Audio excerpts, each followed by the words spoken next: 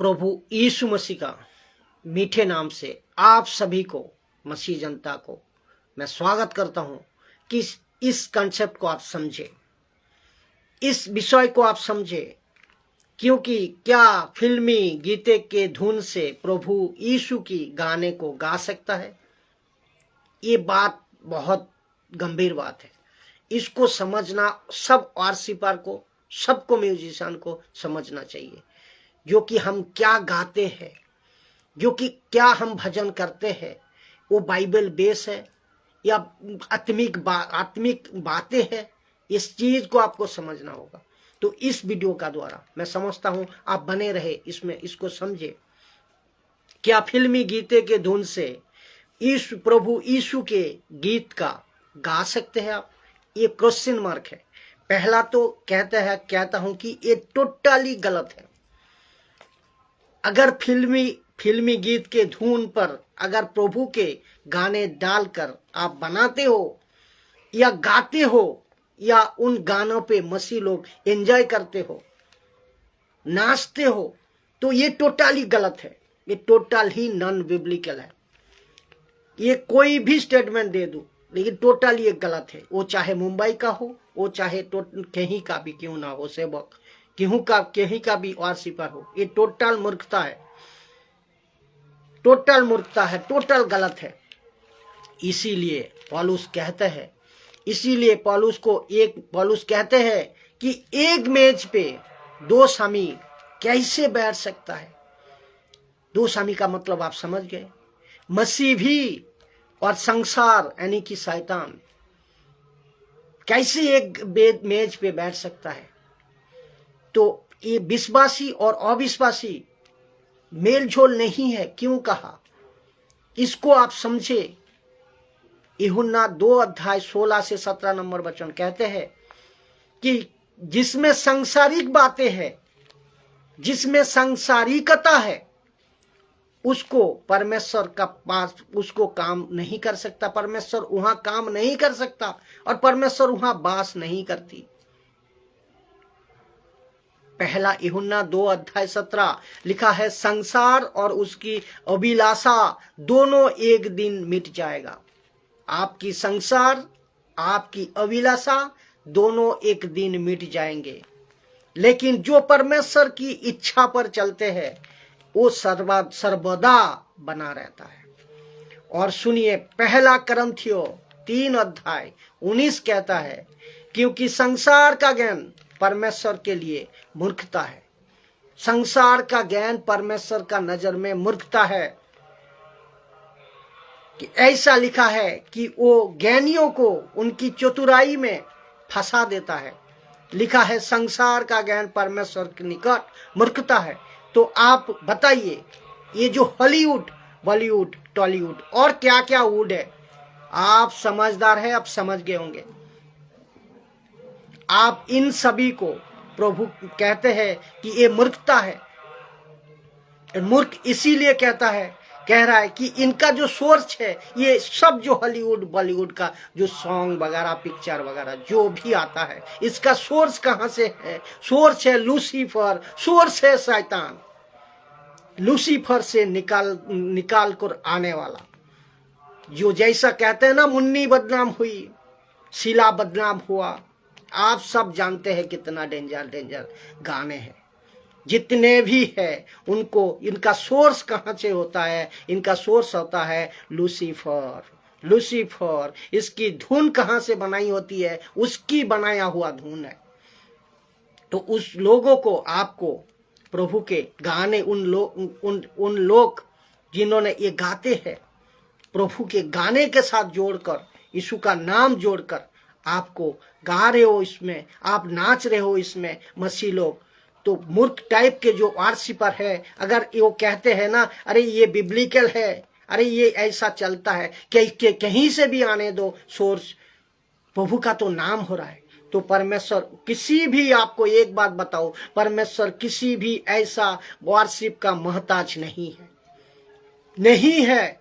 आप यीशु मसीह परमेश्वर देखो, क्या यीशु मसीह, परमेश्वर पिता कुछ ऐसा वारशिप का मोहताज है? आप ही खुद बताइए। नहीं है जवाब, मोहताज नहीं है वारशिप का।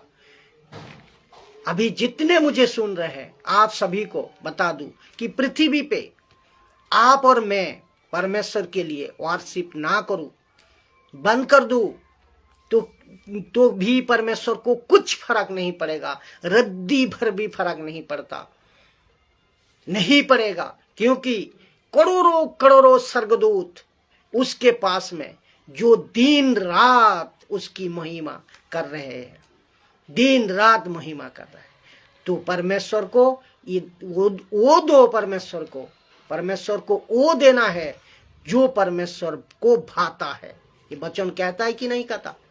इफिसियों 5 अध्याय 10 नंबर वचन के लिखा है, परखो कि प्रभु को क्या भाता है। तो वारशिप आप अपनी तरफ से नहीं थोड़ी देंगे, अपनी तरफ से नहीं देना है। देखिए परमेश्वर को क्या पसंद है और वही देना है। क्योंकि वारशिप पे परमेश्वर खुश नहीं होगा। परमेश्वर वारशिप को क्या चाहता है, क्या कहता है, वो जब वो देता है तब परमेश्वर उसमें खुश होता है। और उसका बेस्ट आपको एग्जाम्पल है कैन और हबील ले गया अर्पण, गलत नहीं था। कैन भी ले गया अर्पण, गलत नहीं था। लेकिन वो चाहे मेमना हो, वो चाहे जमीन से निकाला हुआ अनाज हो, परमेश्वर का मर्जी था कि मैं कैन का लूं या हबील का लूं, शिकार करूं। तो हबील का शिकार करूं या कैन का, परमेश्वर की मर्जी है वो। तो जबरदस्ती आप नहीं थोप सकते। जितने वारशिपर हैं, मुझसे बॉम्बे से है, पुणे से है, कलकत्ता से है, पंजाब से है, उत्तराखंड से है, कहीं से भी हो, जो भी मुझे देख रहे हैं, मुझे व्यक्तिगत किसी से कोई दिक्कत नहीं है। वारशिपर हो, वो प्रचारक हो, सेवक हो, कोई भी नहीं। आप किसी से भी हमें व्यक्तिगत कोई दिक्कत नहीं है। वो चाहे वारशिपर हो, म्यूजिशियन हो और स्पीचर हो, मुझे उनकी सिस्टम से दिक्कत है, मुझे उनकी तरीकों से दिक्कत है, तकलीफ है।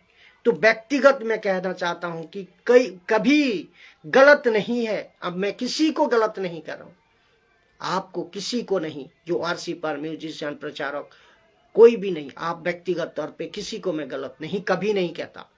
लेकिन इन सिस्टमों को कहता हूं जो कि प्रभु का वचन का बाहर है। उस सिस्टम को आप गलत है। सिस्टम होना जरूरी है, ये सिस्टम होना बहुत जरूरी है। मसीह की देह में तुम जो कुछ चीज कर जाते हो ना, उससे तकलीफ है।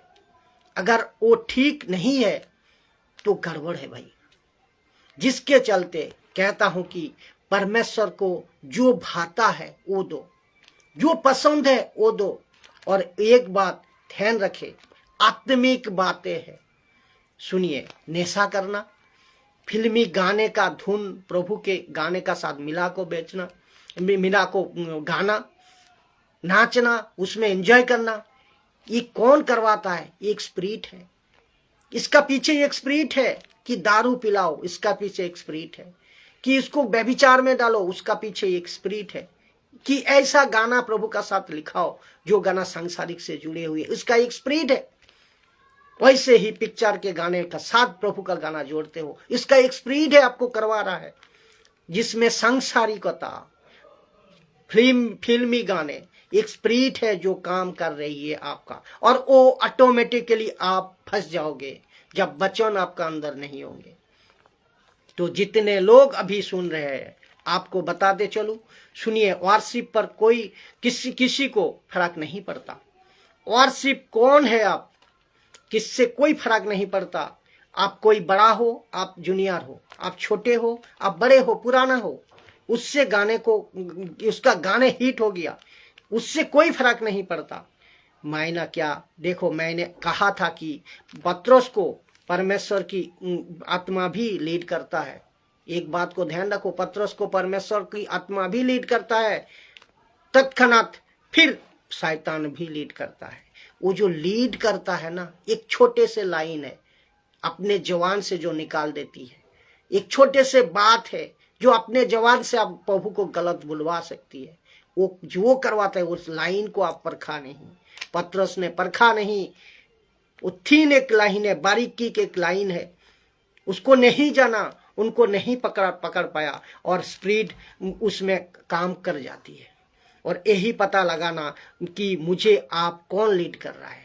मैं आज जो प्रचार कर रहा हूं, आप जो वर्शिप कर रहा है, आप जो प्रचार कर रहा है, आपको कौन लीड कर रहा है, ये आपको पता लगाना है। ये ट्रैफिक में थोड़ा लंबा जाएगी क्योंकि इस विषय को समझना बहुत जरूरी है। कुछ लोग कहते हैं मैं तो राइटर हूं, कुछ लोग कहते हैं मैं तो गाने लिखता हूं। तो आप गाने लिखते हो ना, आपको बाइबल का सहारा लेना है। आप अपना दिमाग का सहारा नहीं लेना, आपको बाइबल का सहारा लेना है। क्या प्रभु को क्या भाता है, ये बात को देखना है, तब जाको लिखे। कुछ लोग कहते हैं ना कि मुझे गाना लिखने का बहुत टैलेंट है। कहाँ लिखा है साहब बाइबल में, कहाँ लिखा है? कोई कहता है ना गिफ्ट, कहाँ लिखा है साहब बाइबल में? परमेश्वर के आत्मा में, हाँ, परमेश्वर का आत्मा में गाता था दाऊद करता था। ये है आपको क्या करना, ये है आपको क्या करना है। आपको सिर्फ साधन बनना है। आप वर्शिपर हो, आपको सिर्फ साधन बनना है, आपको सिर्फ बर्तन बनना है। ये वर्शिप, एक गाना, ये सब एक मिनिस्ट्री की पार्ट है ये।